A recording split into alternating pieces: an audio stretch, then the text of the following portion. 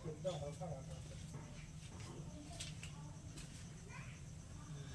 साथियों, बहुत बहुत स्वागत करता हूँ। मैं रोहित सर आप लोगों को आज बताएंगे गुणसूत्र के बारे में।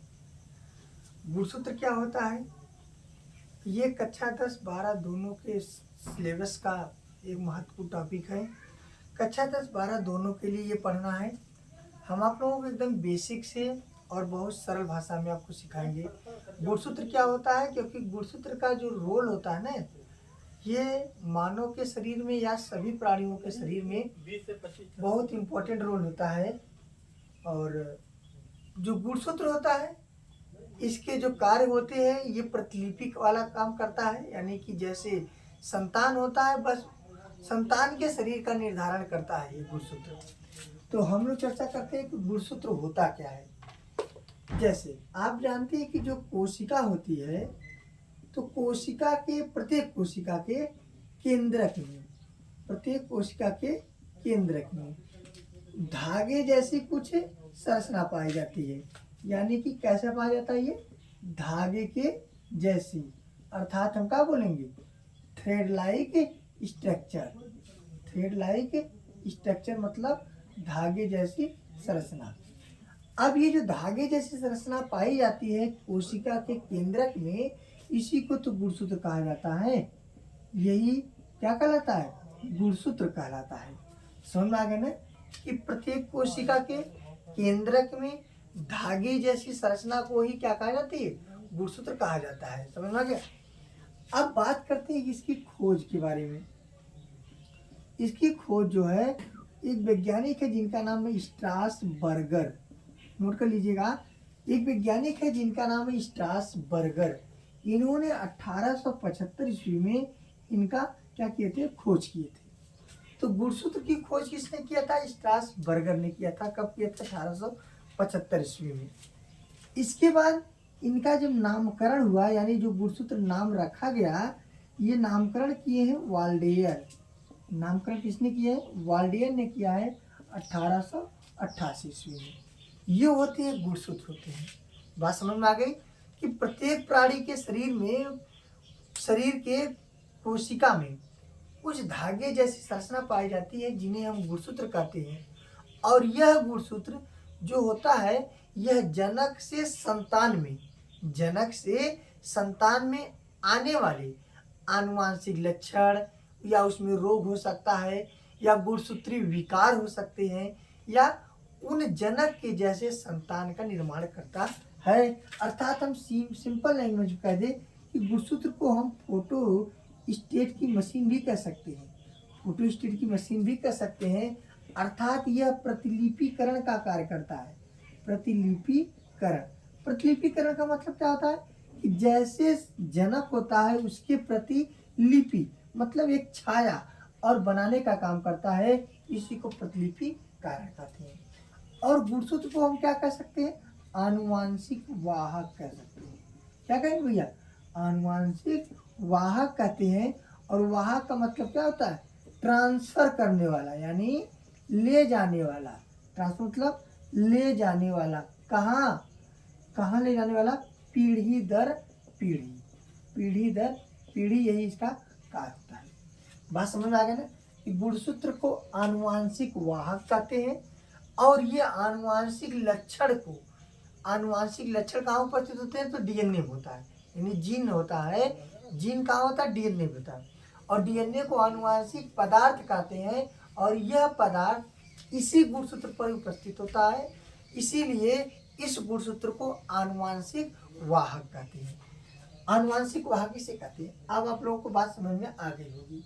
फिर एक बार हम रिवीजन कर दें कि जो गुणसूत्र होता है, अगर इसको हम तोड़ के पढ़ें तो गुण का मतलब होता है लक्षण। क्या होता है? लक्षण, या हम कहते हैं कोई जीन। सूत्र का मतलब होता है धागा, यानी एक धागा जैसा संरचना होता है जो जीन को या लक्षण को पीढ़ी दर पीढ़ी स्थानांतरित करता है। ये होते हैं गुणसूत्र होते हैं। तो गुणसूत्र जो होता है वो केंद्र में पाया जाता है और ये धागे जैसी संरचना होती है। समझ में आ गया? इसी को बोलते हैं thread like structure. Chromosome is the present in nucleus that's structure thread like structure. और इसी को हम लोग क्या बोलते हैं? क्रोमोसोम बोलते हैं, गुणसूत्र बोलते हैं। एक एक बात बताएं आपको, एक बार बोर्ड में पूछा था कि क्रोमोसोम क्या है, क्रोमोसोम क्या है, तो बहुत से भैया लोग बहन लोग थोड़ा सा गलत कर दिए थे उसमें। इसलिए गलत कर दिए थे, उन्हें बार बार बताया जाता है कि गुणसूत्र की इंग्लिश में क्रोमोसोम बोलते हैं, गुणसूत्र को अंग्रेजी में क्या बोलते हैं, क्रोमोसोम बोलते हैं। तो लोग क्या करते हैं, लोग इंग्लिश पर ध्यान, अंग्रेजी शब्द पर ध्यान नहीं देते, जिससे ये गलत हो जाता है। तो क्रोमोसोम याद रखिएगा, कभी कभी आपसे ऐसे भी क्वेश्चन कर सकता है कि क्रोमोसोम क्या है। तो ये तो बात हो गई गुणसूत्र की। खोज किसने किया, नामकरण किसने किए, कब किए, जिसे क्या बोलते हैं, प्रतिलिपिकरण बोलते हैं। यह आनुवंशिक वाहक होता है जो जीन को ट्रांसफर करता है। अब हम बताएंगे आपको गुणसूत्र के प्रकार। गुणसूत्र कितने प्रकार होते हैं, समझ में आ गया ना, गुणसूत्र के प्रकार अब आपको हम अगला बताएंगे। चलिए, आप इसको सारे स्क्रीनशॉट भी ले सकते हैं, या हम कह दें इसे आप लिख भी सकते हैं, क्योंकि इम्पोर्टेंट है। मिटा रहे हैं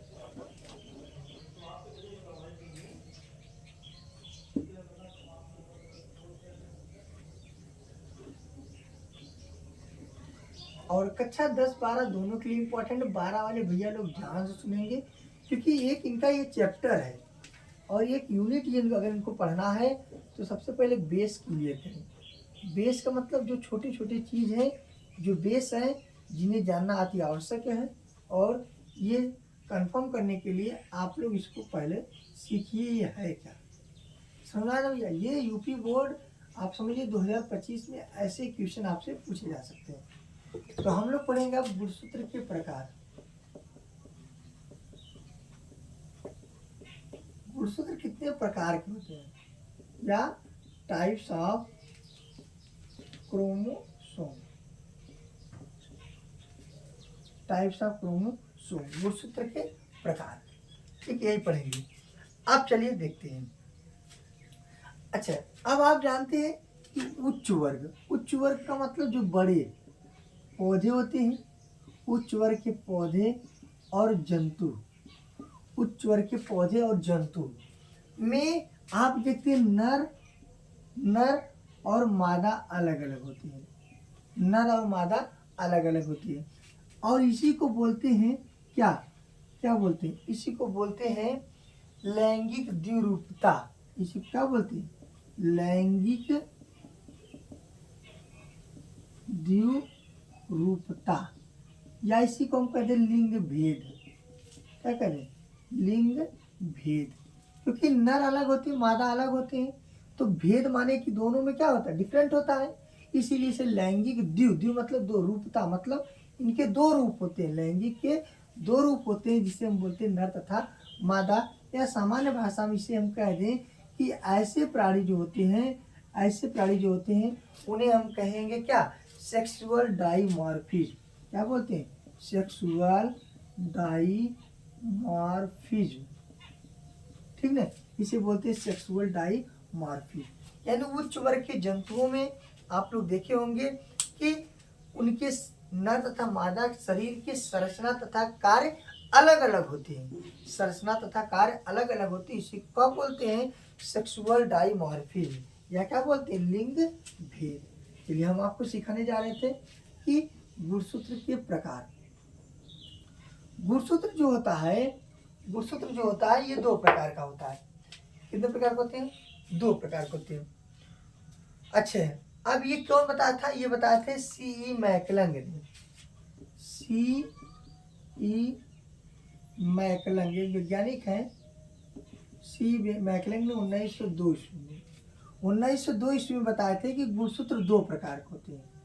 पहला समजात गुणसूत्र, दूसरा विषमजात गुणसूत्र, ठीक, दो प्रकार के गुणसूत्र होते हैं, समजात गुणसूत्र और विषमजात। समजात को बोलते हैं कायिक गुणसूत्र, या इसी को बोलते हैं दैहिक गुणसूत्र, या इसी को क्या बोलते हैं, स्वजात गुणसूत्र, या इसी को बोलते हैं अलिंग गुणसूत्र। इतने नाम से जानते हैं, अभी हम आपको समझा देंगे।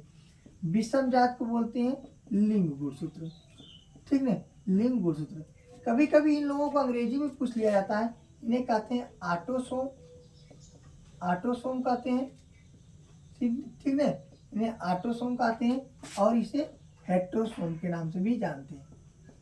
कभी कभी आप ऐसे भी देखे होंगे कहीं, तो याद रख लीजिएगा, इन्हें इसके नाम पे भी जाना जाता है इस प्रकार से। तो आप जानते हैं कि गुणसूत्र को दो भागों में बांट दिया गया, समजात और विषमजात के रूप में।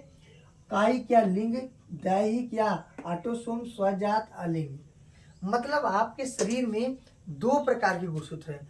पहला गुणसूत्र आपके शरीर का निर्माण करता है, मतलब लिंग को छोड़ दीजिए, नर तथा मादा को जो नर तथा मादा का जो सेक्स आर्गन है या लैंगिक जनन है, जनन करने वाला जो अंग है, लैंगिक जनन करने वाला अंग जो है, तो वो उसको छोड़ दीजिए। बकिया अन्य चीज का निर्धारण जिन गुणसूत्र की सहायता से होता है उन्हें कायिक गुणसूत्र कहते हैं, और जो केवल लिंग लक्षण का निर्धारण करता है उन्हें लिंग गुणसूत्र कहते हैं। जैसे लड़का पैदा होना या लड़की पैदा होना, ये लिंग गुणसूत्र का कारण होता है। और लड़के का शरीर लड़की के शरीर एक जैसा होता है, ये उनका कायिक है। काय मतलब शरीर। एक हॉस्पिटल में अगर दो बच्चे आपको मिले, पैदा हुए, एक लड़का एक लड़की, और आपको पता नहीं दोनों वहाँ दूर पे थोड़ा क्या सुलाए हुए हैं और कपड़ा पहने हुए हैं, क्या आप दूर से बता लेंगे कौन लड़का कौन लड़की? नहीं बता सकते, क्योंकि दोनों का शरीर क्या है, समान होता है। अर्थात ऐसे गुणसूत्र को हम कायिक गुणसूत्र कहते हैं, या दैहिक, दैह माने शरीर, या इसे दैहिक गुणसूत्र कहते हैं। और ये लिंग नहीं है, अर्थात इसे अलिंग गुणसूत्र कहते हैं। जबकि आप कुछ समय के बाद उसके पास जाएंगे, देखेंगे ओ इसका सेक्स ऑर्गन अलग है, ये लड़का ये लड़की है। अर्थात जब लड़का और लड़की का पता चल गया तो ये होता है लिंग गुणसूत्र या विषमजात होता है। तो इस वीडियो में आप लोगों को बताएं गुणसूत्र क्या होता है, गुणसूत्र कितने प्रकार का होता है, और आप लोग समझ गए होंगे और लिख भी सकेंगे। कैसे लिखेंगे? जो लिंग लक्षणों को छोड़कर सबका निर्धारण करता है, लिंग लक्षण को छोड़कर सबका निर्धारण करता है, वो समजात या कायिक गुणसूत्र कहलाता है। और जो केवल लिंग गुणसूत्र का निर्धारण करता है या लिंग का निर्धारण करता है उसे लिंग गुणसूत्र कहते हैं। इस वीडियो में आपको गुणसूत्र के बारे में बताए हैं, और नेक्स्ट वीडियो में आपको आएंगे तो हम बताएंगे लिंग निर्धारण के बारे में। तो आप लोगों को ये चीज़ समझ में आई होगी। तो मैं आशा और उम्मीद करता हूँ कि आप लोगों को अच्छे से समझ में आया होगा। जो चीज़ें अगर थोड़ा बहुत कन्फ्यूजन है, आप वीडियो को पीछे करके देख सकते हैं। शेयर करिएगा, बहुत ज़्यादा शेयर करिएगा। ठीक है, धन्यवाद।